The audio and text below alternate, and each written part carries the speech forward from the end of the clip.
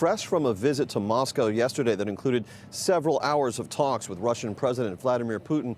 France's President Emmanuel Macron was in Kiev today, meeting with Ukraine's embattled President Volodymyr Zelensky.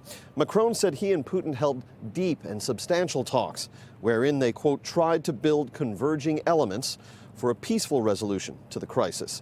The Russian Defense Ministry released these images of Russian anti-aircraft units conducting drills in Siberia against simulated enemy airstrikes.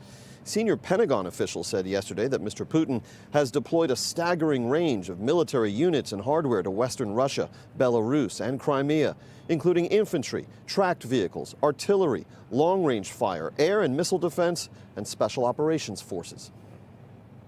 Just over the course of the weekend, we saw Mr. Putin add to his force capability along that border with Ukraine and in Belarus.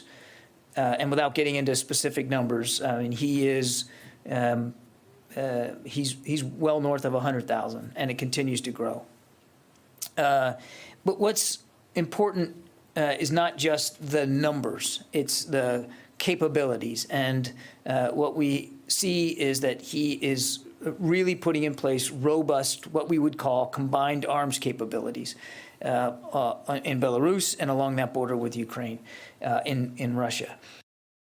At the White House yesterday, President Biden welcomed German Chancellor Olaf Scholz. In recent days, U.S. officials have warned the Kremlin that if Russia invades Ukraine, the Nord Stream 2 pipeline that Moscow has built to deliver natural gas to Germany would not go forward. In his remarks with Scholz, however, President Biden spoke in harsher terms, appearing to suggest that the U.S. would destroy the pipeline. If Russia invades, that means tanks or troops crossing the border of Ukraine again. Then there will be no longer a Nord Stream 2. We will bring an end to it. How will you do that exactly, since the project and control of the project is within Germany's control? We will, I promise you, we'll be able to do it.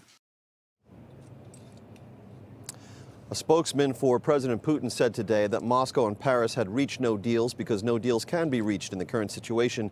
But President Macron spoke to reporters a short while ago in Kiev after his meetings with President Zelensky.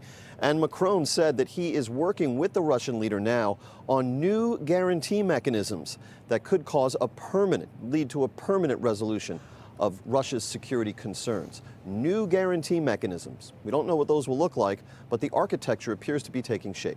I was going to ask you, what are those? But apparently we'll wait to find out. James Rosen joining us live from the North Lawn. James, thank you.